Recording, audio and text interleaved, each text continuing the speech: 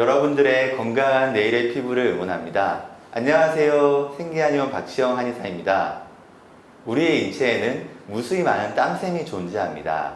그 수는 대략 300에서 400만 개에 이른다고 하니까 엄청난 수가 아닐 수 없는데요. 땀의 구성 성분은 99%가 물이고 나머지는 주로 나트륨과 염소와 같은 전해질, 그리고 미량의 칼륨, 칼슘, 마그네슘, 질소 함유물, 젖산 등을 함유하고 있습니다. 일반 성인은 평상시 하루에 약 600에서 800ml 정도의 땀을 흘린다고 합니다. 그리고 운동 중에 흘리는 땀의 양은 시간당 750에서 1000ml 정도로 많은데요. 더운 날에는 시간당 2리터 이상의 땀을 흘릴 수 있다고 합니다. 땀은 우리가 생각하는 이상으로 다양한 기능을 수행하고 있는데요. 특히 중요한 기능은 바로 체온 조절과 관련된 것입니다. 이 체온 조절은 우리의 생명과 직결되는 무척 중요한 기능이죠. 그리고 피부와 관련해서 많은 분들이 잘 모르시는 또 하나의 역할이 바로 보습 기능입니다. 우리의 피부에는 NMF라고 하는 천연 보습 인자가 생산되는데요. 이 천연 보습 인자인 NMF는 물에 녹는 수용성 저분자로 아미노산이 40% 정도를 차지한다고 합니다. 이 NMF는 주변의 수분을 끌어당겨서 피부의 보습에 도움을 주는 물질인데요. NMF는 피부 안쪽에 많이 존재하고 바깥쪽으로 갈수록 그 양이 줄어든다고 합니다. 피부 바깥쪽, 외곽 쪽 보습을 담당하는 것이 바로 땀과 피지가 하는 역할입니다. 특히 땀에 함유되어 있는 젖산과 칼륨 이온은 각질을 촉촉하게 만들어주는 역할을 하는데요. 아토피 환자의 각질에서는 젖산과 칼륨 이온이 부족하다는 논문 발표도 있습니다. 아토피를 비롯한 만성 피부 질환으로 고생하시는 분들은 일반인들에 비해서 천연 보습 인자의 생성이 부족하며 땀도 충분히 흘리지 못하는 경우가 대부분입니다. 또 다른 땀의 기능에 대해서 설명드리겠습니다. 땀은 피부 장벽 기능을 정상적으로 유지하는 역할을 합니다. 땀은 피부 장벽에 악영향을 미치는 박테리아의 성장을 억제하며 또한 알러지 피부염의 원인균으로 작용하는 진드기를 비롯한 다양한 항원 효소의 작용을 조절합니다. 따라서 땀을 충분히 흘리는 것은 피부 장벽을 튼튼하게 유지할 수 있는 비결인 것이죠. 자연의 생태계에 비유하자면 땀은 피부의 사막화를 막을 수 있는 담배와 같은 역할을 하는 것입니다. 피부 생태계를 정상적으로 유지하는 데 있어서 땀은 핵심이고 본질이라고 할 수 있습니다. 한의학에서는 땀 분비를 통한 독소의 배출을 무척이나 강조하는데요. 한토화 치료 3법, 그리고 한토하와 온청 보소 치료 8법에서도 한법은 첫 번째로 손꼽히는 치료법입니다. 그래서 땀의 배출을 피부 건강 관리와 피부 질환 치료에 있어서 우선적으로 판단하는 척도가 되는 것입니다. 가끔 땀을 흘리면 가려움이 더 심해진다고 호소하시는 분들이 계신데요. 이러한 현상은 자신의 땀에 대해서 알러지 반응이 발생하기 때문입니다. 특히 만성적인 아토피 피부염이나 알러지 피부염으로 고생하시는 분들은 이러한 경험이 많으실 거예요.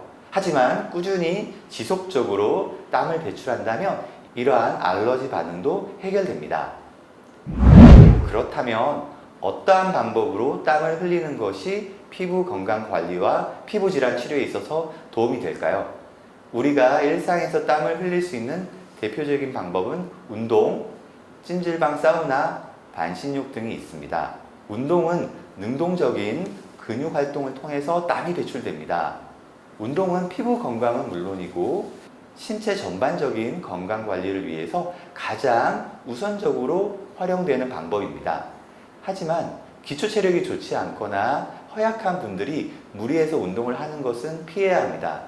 특히 아토피와 건선 등의 만성적인 피부질환 환자의 경우에는 체력을 고려하여 하루 30분 내외의 가벼운 유산소 운동을 추천드립니다. 찜질방을 이용하거나 사우나를 활용해서 땀을 충분히 배출하는 것도 좋은 방법입니다. 이 경우에는 50도 내지 60도의 온도에서 30분 이내에서 하는 것을 권해드립니다. 특히 피부가 약하거나 피부 질환이 있는 분들은 더욱 철저하게 시간과 온도를 지켜주셔야 합니다. 어떠한 방법이든 꾸준히 땀을 흘리는 것이 중요한데요. 하지만 제가 가장 추천드리는 방법은 바로 체온보다 약간 높은 온도의 물에서 하체를 담궈주는 반신욕입니다. 한의학에서는 두안조결이라는 표현이 있습니다. 머리는 시원하게, 발은 따뜻하게 관리하라는 표현입니다. 또한 두무냉통, 복무열통이라는 말도 있습니다. 머리는 차가워서 아픈 법이 없으며 배는 따뜻해서 아픈 법이 없다는 의미입니다.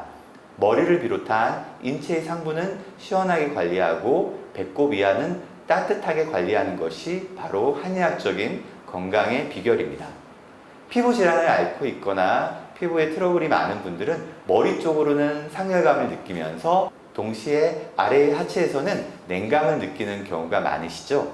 반신욕은 차가운 하체에 온열 자극을 주어 하체는 물론 인체 전신에 걸쳐서 혈액순환을 개선해 줍니다. 반신욕 역시 온도와 시간이 중요합니다. 반신욕의 적절한 온도는 38도에서 40도, 그리고 시간은 30분 이내에서 하셔야 합니다. 온도를 너무 높게 하거나 시간을 더 늘리게 되면 오히려 피부에 과한 자극을 줄 수 있기 때문입니다. 특히 진물이 나거나 염증이 심한 경우에는 반신욕을 중지하고 피부가 안정될 때까지 반신욕을 피해야 합니다. 또한 아토피, 건선 등의 피부 질환을 앓고 있는 경우라면 반신욕 직후에 시원한 물로 피부를 충분히 적셔주시는 것이 필요합니다. 시원한 샤워를 통해서 피부 표면의 온도를 진정시키는 것이 피부 염증 관리에 필수적이기 때문입니다. 체온의 원활한 조절을 위해서, 피부의 생리적인 보습 기능을 위해, 피부 장벽을 튼튼하게 유지하기 위해서, 그리고 노폐물과 독소를 배출하기 위해서 땀 배출은 반드시 필요합니다. 특히 아토피와 건선을 비롯해 지긋지긋하게 재발되는 만성 피부 질환으로 고생하시는 분들이라면 더욱 땀을 흘리는 것을 열심히 하시길 추천드립니다. 여러분이 어떤 방식이든 땀을 충분히 흘린다면 피부 건강을 회복하는 데 도움이 될 것입니다. 여러분들의 건강한 내일의 피부를 위해서 더 좋은 컨텐츠로 찾아뵙겠습니다. 궁금하신 점이 있으면 댓글로 달아주시면 답변 드리겠습니다. 감사합니다.